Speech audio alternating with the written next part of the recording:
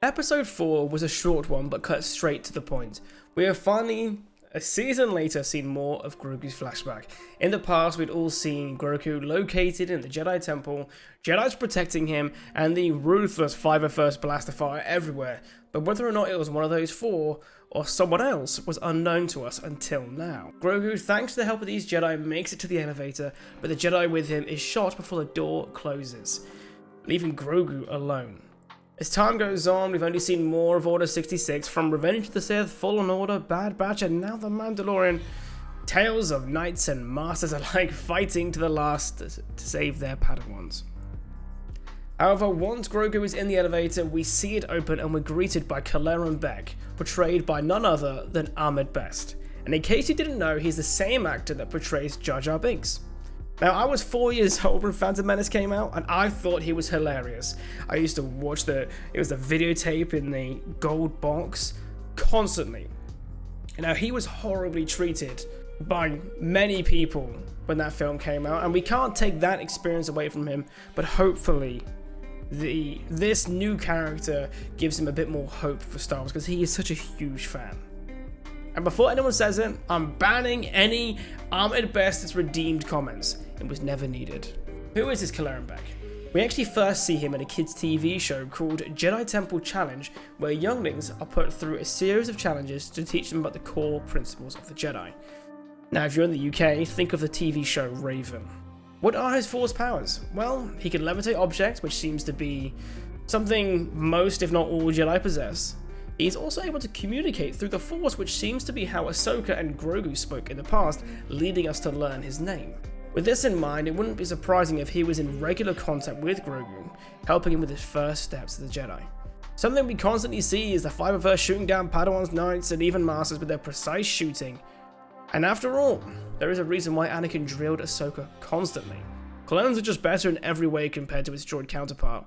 They place their shots, they know the Jedi, intelligent, and their chip leaves almost no room for doubt to execute Order 66. Where we see many Masters and Knights fall, Kelleran Beq stands strong, not a single swing wasted as he effortlessly blocks everything coming his way. And that is some serious skill when we really look at it. He's proficient at Jarkai, which is a part of Form 6. We've seen Force users like Ahsoka, Sarge Ventress, and of course Anakin in Attack of the Clones. He has one hell of a nickname. Ahmed Best has said it's called Sabered Hands, and when asked how he would describe him, it's like the Dean of the Jedi. Beq is rocking a classic green lightsaber, which is my personal favourite in SWTOR. It's mint green, and that colour is just way too clean. I love the gold accents on his robes, and correct me if I'm wrong, but I haven't seen this on any other Jedi. It's like a much more toned down version of the robes that we see in High Republic era. Maybe that's a subtle message, or it's just to symbolise his status in the Order. He appears to be in his 40s, which would make him in his 70s by now if he's still alive in current Mandalorian timeline. Did he leave Grogu because he got too much attention, or does Kelleran Beq tragically fall defending our favourite little green being? The reality is, Grogu's not with him anymore, and it at least seems like Grogu has lost his memory from either someone else, because I think we have seen that, where people can use the Force to lose the memory, or something traumatic has happened and he wants to forget about it. One thing we should talk about though is what many people were expecting. Mace Windu returning, Sindrelig, and at one point it looked like Quinlan Vos would be the one with his name-dropping Kenobi. He was known for helping Jedi after the Purge, and while these are all legendary Jedi in their own rights, I'm glad we have someone new, because in the end there was over 10,000 of these guys, and how many can we all confidently name? Kelleran is greeted by a Naboo ship, which means he could have ties with someone on that planet, or our former queen, Padme, sent a ship and soldiers to do what they can. We see Naboo briefly in Tales of the Jedi, and the Empire's presence there is strong.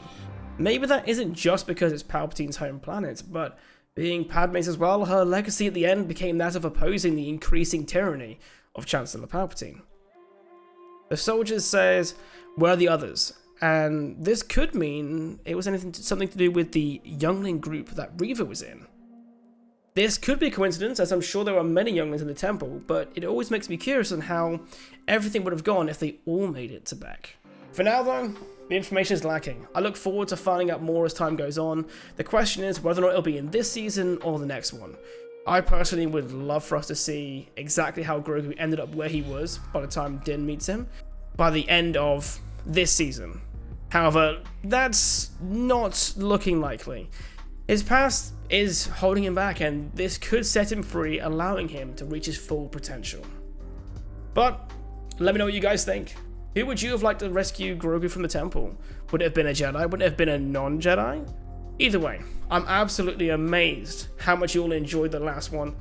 I have been really inspired to make more videos, and the excitement as I head into Star Wars Celebration this week. In fact, I'm driving there tomorrow, and hopefully I'll have this episode out today because I need to crack on. But anyway, if I see you guys, be sure to say hello there. But until then, may the Force be with you. Always.